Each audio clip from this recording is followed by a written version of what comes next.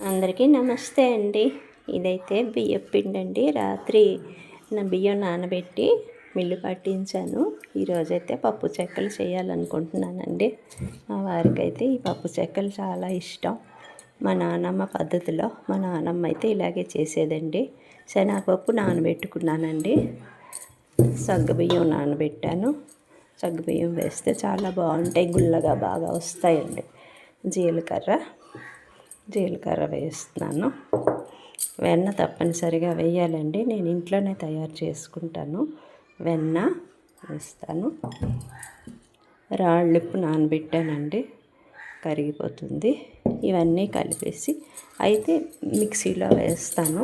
కారంకు బదులు మా గార్డెన్లో వచ్చిన పచ్చిమిర్చి ఇప్పుడే ఏరుకొని వచ్చానండి. గార్డెన్లో కోసుకొచ్చాను.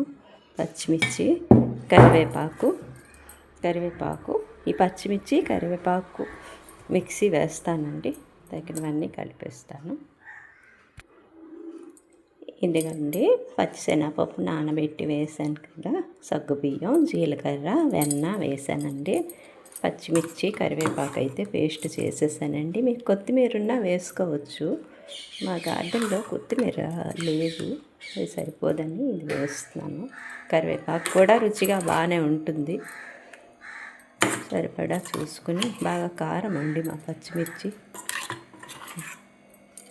ఇంక ఇవన్నీ కలిపేసి చక్కగా శుభ్రంగా కలిపేసి ఉంచేసి చెక్కలు చేసుకుంటానండి. నూనెలో వేయించడమేను. ఇదిగోండి ఇలా కలిపాను. ఇలా వస్తే చాలండి, మంచిగా వస్తాయి, గుల్లగా బాగుంటాయి. చన్నీళ్ళే కలపొచ్చండి. ఇది తడిపిండి కదా, చన్నీళ్ళే కలపొచ్చు.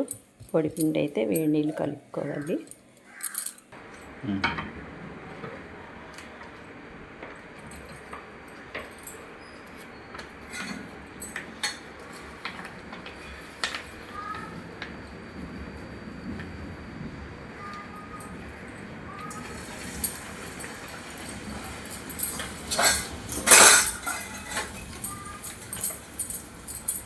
ఇదిగోండి ఉండలు చుట్టుకున్నాను. ఇలాగా ఈ కవర్, ఇలాగా ఆయిల్ కవర్ అండి పెట్టాను.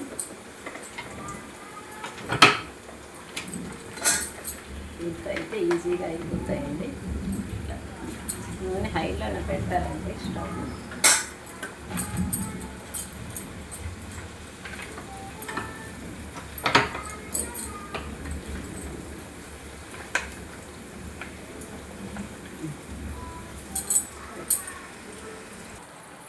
ఇదిగోండి ఈ రంగులో వేగాలి.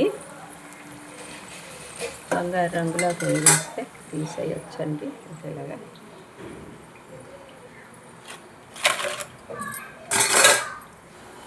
ఇదిగండి పప్పు చెక్కలు అయితే రెడీ అయ్యాయండి. మా నాన్నమ్మ గారు ఇలాగే చేసేవారు. నాకు ఇవే అలవాటండి. చాలా రుచిగా కమ్మగా బాగుంటాయి. ఓకే.